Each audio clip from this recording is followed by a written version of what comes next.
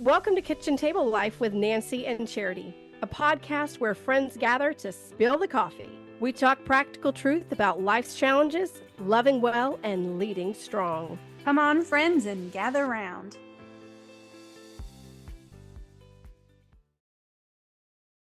Do you ever feel like there isn't enough room at the right table for you?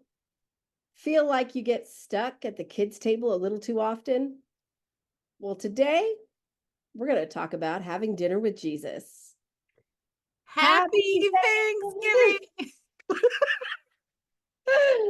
Oh, well, happy Thanksgiving, everybody, or the day after. It's hard to sync things from miles away, Charity. It just is. I think we work very well together for being miles apart. I think we work together even when we're right next to each other. That is true, too. Yes, that is very true. And as everyone has hopefully been spending time with people from miles apart, we're glad that your Thanksgiving went well, we hope.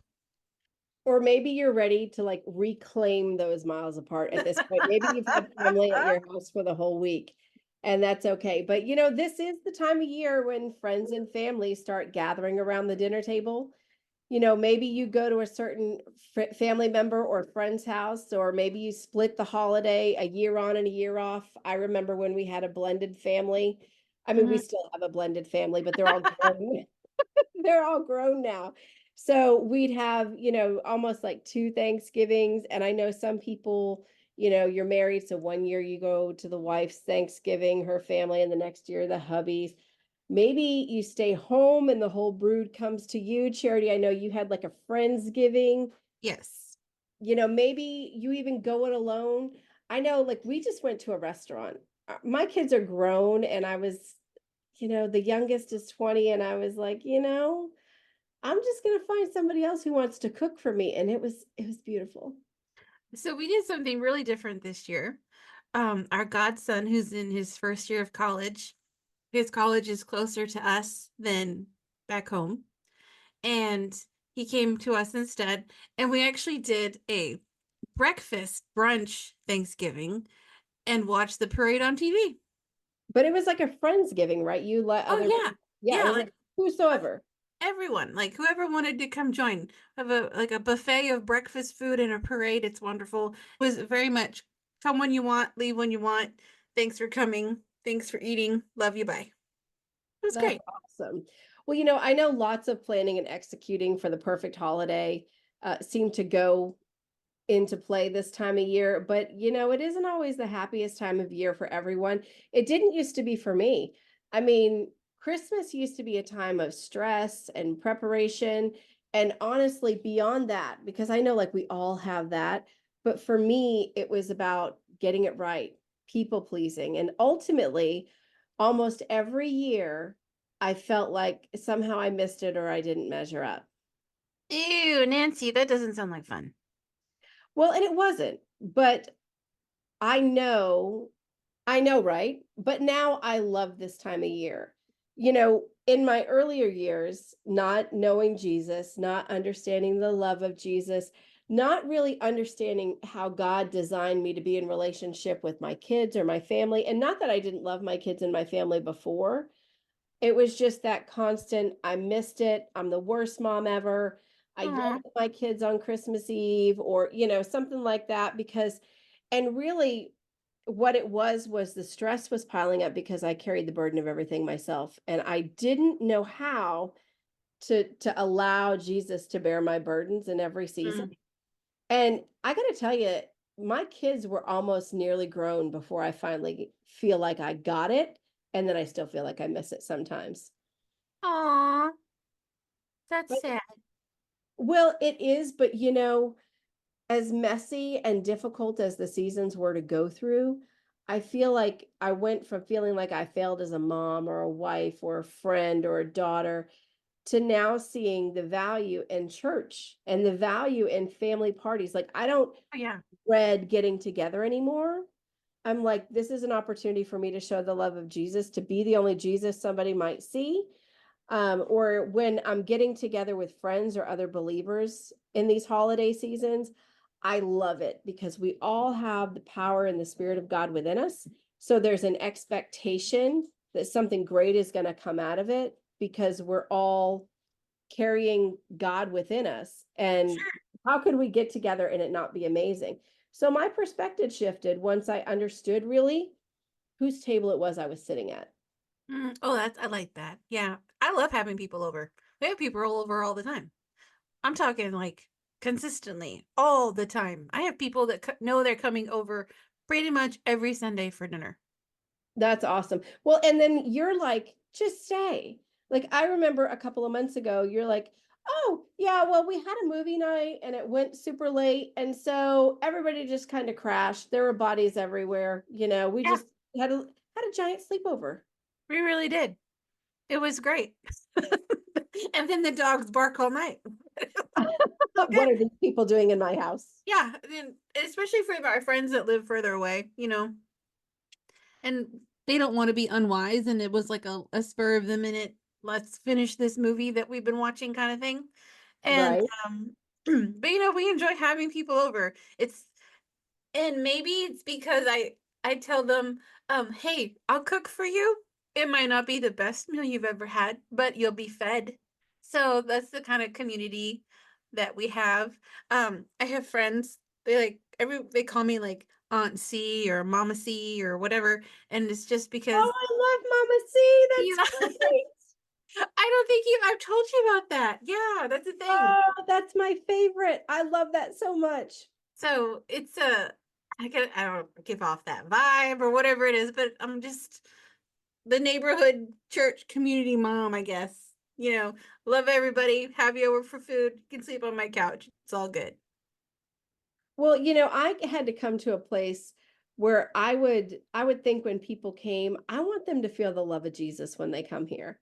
Yeah. And I think that's it. If you want to drive home, that's fine. But if you're exhausted because it's 1 o'clock in the morning, I feel like you're younger than me in so many ways. We're not that Uh, far apart. I know, but I'm like it's 9 p.m. and if you want to stay up and watch the movie, bless you and enjoy it. But I'm peace. But anyway, I wanted people to feel the love of Jesus, and oftentimes, and this is going to sound kind of cheesy, but I really do just kind of have this moment when I'm going to have people over, and I'm not talking about last minute, like, hey, you're going to pop by or whatever, but when it's something I'm planning. I just think to myself, if it were Jesus coming to my house, what kind of experience would I want him to have? What kind of Right. honor would I want him to see? And, there's nothing wrong with the food may not be the greatest, but, at least you're fed. I feel like it's the same way. This isn't my highest skill, Lord, but whatever I have, you can have.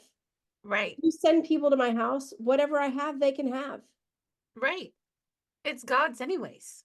Absolutely. So even my time, like we always tell our family, where do I spend my time, my talent, and my treasure? Yeah. And they're all God's anyways. Absolutely. Well, and just kind of taking a piece out of that, I've had some people talk to me about kids and raising kids, and Chris and I have a whole gaggle of children between us, and we have different relationships with every one of them. And I had someone because quite honestly, there are some who we just have different viewpoints on life, and so we don't speak as often as I would prefer. But people have said, well, how do you deal with that? And how do you do that, especially during the holidays? How does that not just throw you into depression? And I'm like, because they're not really my kids. They're his kids. Right. And he loves them more than I do. And so I just have to trust that he's going ahead of me even when I can't see it. We've Right. talked about that before.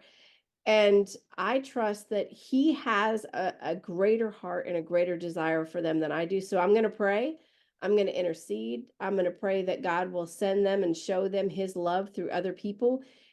I don't always have to be that person. And so, sometimes this time of year, people don't have anybody at their table. Right.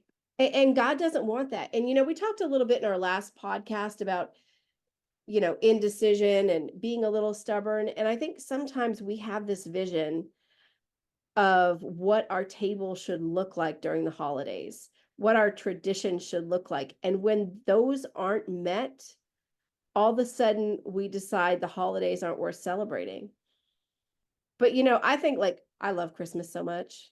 I'm so excited it's right around the corner. Like I can't tell you, I've been planning for months. I was listening to Christmas music in July.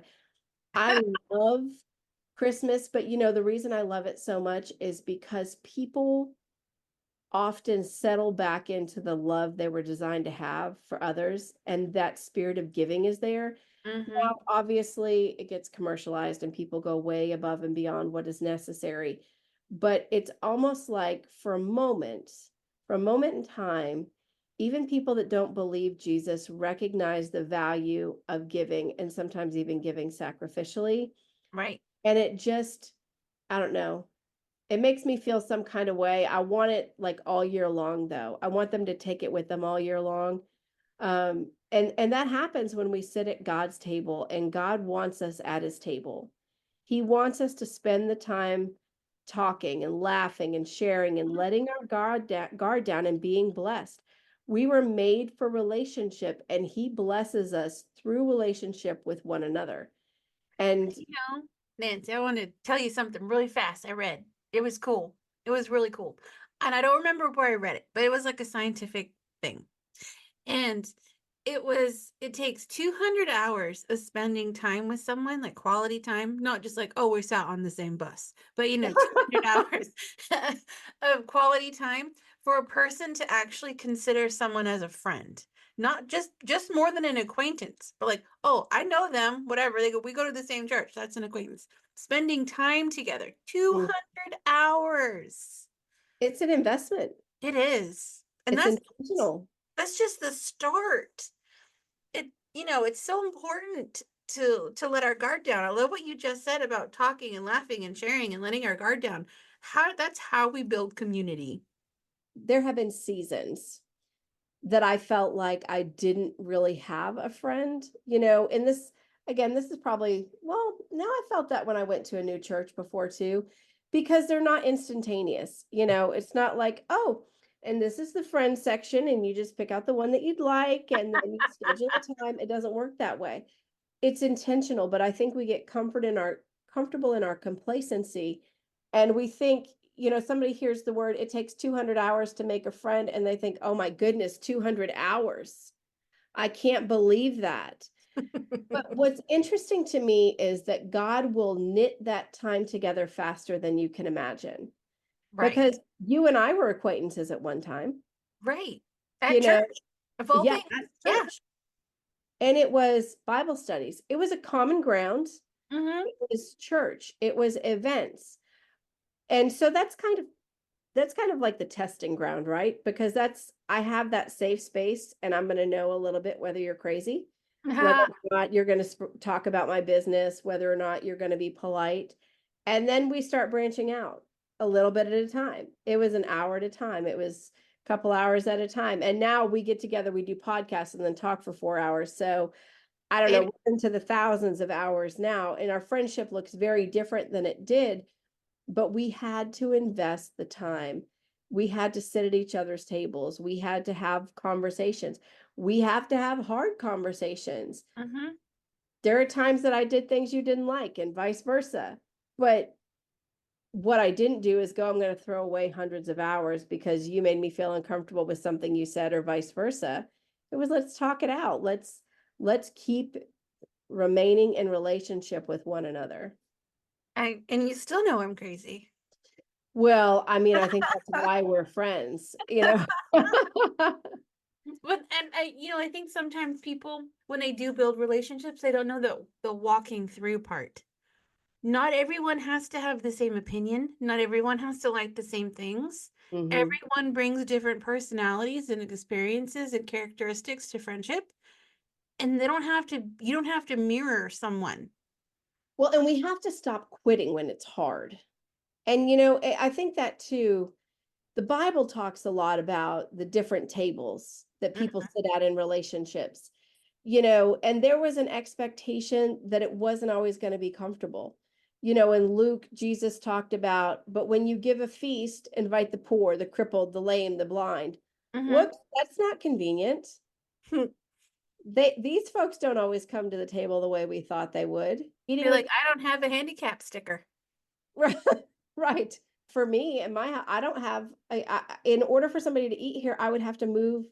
If it was if it was somebody who was crippled, we'd have to move everything downstairs because my entryway upstairs has stairs. Right. That would not be convenient, but would it be worth it so that they knew the love of Jesus? 100%. Oh yeah. Well, what about the things that we don't see? The people that have gone through traumatic relationships, Mm-hmm. all the scars and things that aren't visible, well, they're not very friendly or they're not very happy, lucky, go often, whatever. Like, well, maybe they need a friend. Maybe you need to invite someone to your home that you don't hit it off with great because they might need a friend. They might need a safe place in order to be able to build a friendship. Well, and you don't know. And Jesus ate with, well, not always ate, but he was willing to engage people right where they were. God wants you at his table, but he wants you to show his love at other people's. You know, Jesus ate with the Pharisees. He Right. sat with the woman at the well. I mean, that was a huge no-no. But he also took time to sit with his disciples. And then you know what else? He went out into the community when he didn't have food and recognized it was needed and asked the little boy, could he borrow his lunch? Do you know what I mean? None of that seems comfortable or convenient in the natural. We've got to step out. We've got to stop looking at the standards that we've created. And some of it's historical, right? My grandmother did, my great grandmother, my mother did, and I want to continue this tradition. And Right. traditions are beautiful. I love honoring people in our past. The Bible does talk about honor where honor is due. But at the same time, my tradition can't be the thing that binds me to not moving forward to love on the people of God. You want to hear a funny story? Of course I do. Oh, I think it's funny, right? I'm a little ornery, just Just a little. a little, Just a little. a little ornery. And there was this one year where I was getting, this sounds so dumb, I was getting too many invitations to Thanksgiving. Okay. Like from different family members and like over here and over there and all this stuff. And I was like, you know what? This is too much, people. This is too much pressure. I'm not going anywhere. I'm volunteering. I'm like, I'm gonna go spend Thanksgiving with people I don't know. Thanks. I was like, I can't handle the stress of everyone else. I'm gonna go spend Thanksgiving with strangers. It was wonderful. I had a great time. Well, and breaking tradition can be freeing. It doesn't mean you can't honor it. You know, it was called Chinese movie night. So my kids were not allowed to eat in the living room. That was just kind of the rule because, you know, kids are messy. Right. But on the 23rd of December, we would put beach towels out in the living room. We would order Chinese food. And this is back when you would still like get DVDs. They would get Christmas pajamas, a new DVD, and they would be able to eat Chinese food and their movie theater candy in the living room. And really in any order they wanted to. Like if they wanted to eat candy first, whatever, it didn't matter. But it was a very special thing. And actually, next to Thanksgiving, they said it was their most favorite time ever. But Aww. as the kids got older, it wasn't the same. And so when they hit high school, we actually did pajamas and then we would all have like pajamas, our new pajamas, and we would go to the movie theater. Oh. But if I had said, no, we have to do it this way, you know, we as the church and Big C church, we have got to continue to change with the times. We're not going to conform to the world, but we Right. have to recognize that we're reaching a different kind of world. And we want everybody sitting at Jesus's table, and that's our responsibility. And sometimes that means coming out of our traditions. I like a verse that we have put down for our podcast today. First Thessalonians. Can you say that, everyone? Thessalonians 5:11. It says, therefore, encourage one another and build one another up, just as you are doing. And I think that just ties right in with what you were saying. You Yeah. know, things change and that's okay. Traditions are great and that's okay. What are you doing that works? And keep doing it. Yeah. Important. Well, and works doesn't mean that it's working for your comfort. It means that it's making a difference. Right. Because it, I could say this works for me, and it does Yeah. work for me. I get to stay comfortable. I get to do it the way I want to, which is really convenient for me. But it doesn't mean that it's working for the kingdom.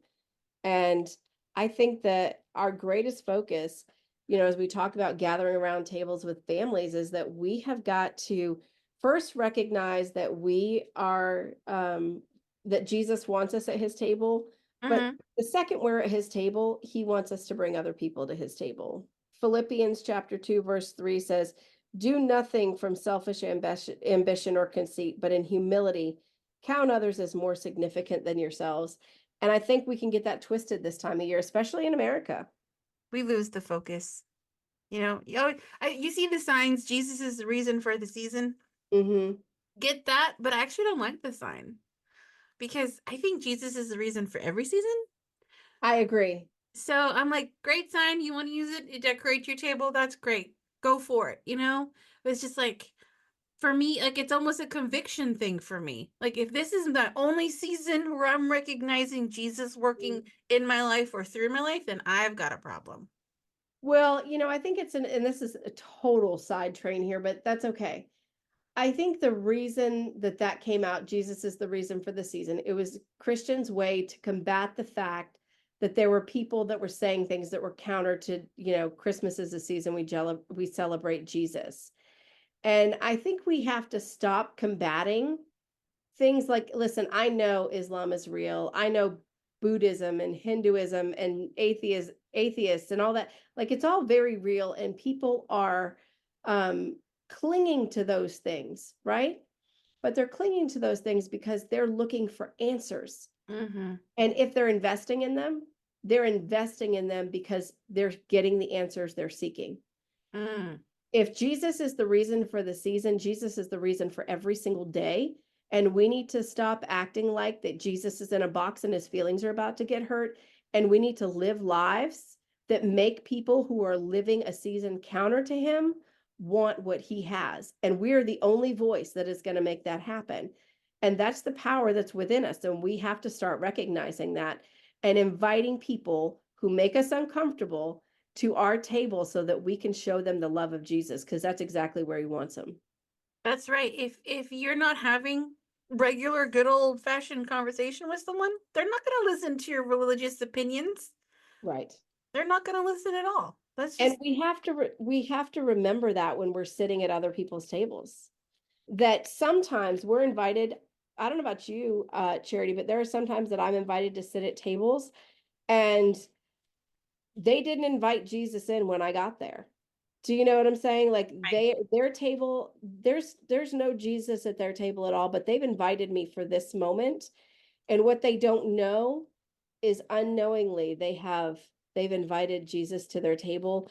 And I have to remember that I'm attached to the vine in that moment. And well, I'm attached to the vine always, but you know what I'm saying? Like, I have to remember not to let my flesh take over in those moments, to exude the love of Christ in those moments when I get the opportunity to sit at a table where he's not normally welcome.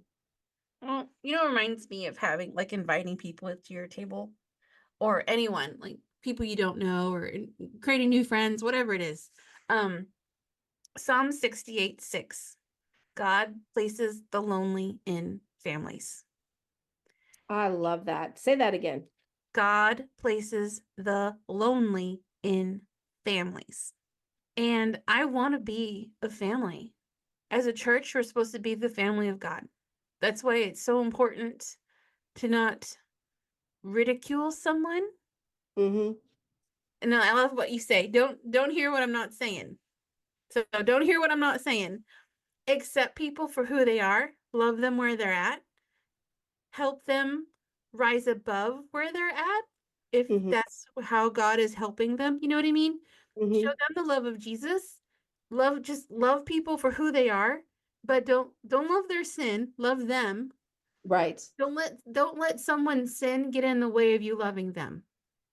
Or seeing them. And I think that's Exactly. that I need to see on the front end, I see the labels, right? Mm. I see, whatever it is maybe it's what they're saying or how they're living or whatever. I have to see beyond that to what Jesus sees and invite them into my table. And I just want to say, because we briefly mentioned this at the beginning, beyond that, maybe you're someone that doesn't feel like you're welcome at anybody's table.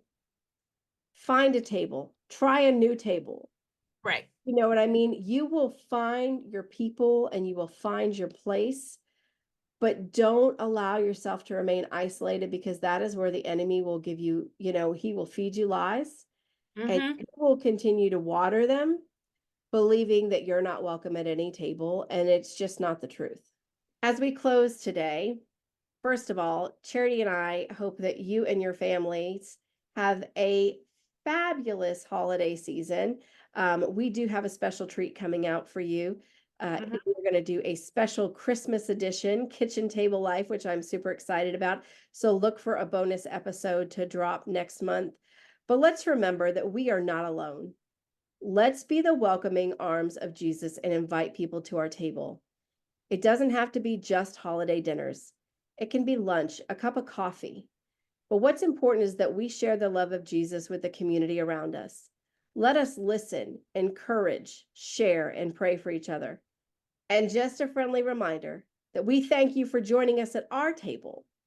And we pray you are encouraged today and know that Jesus loves you and that you don't have to be alone. Until next time, be sure to like, share, and follow us on social media. And keep it real at the kitchen table.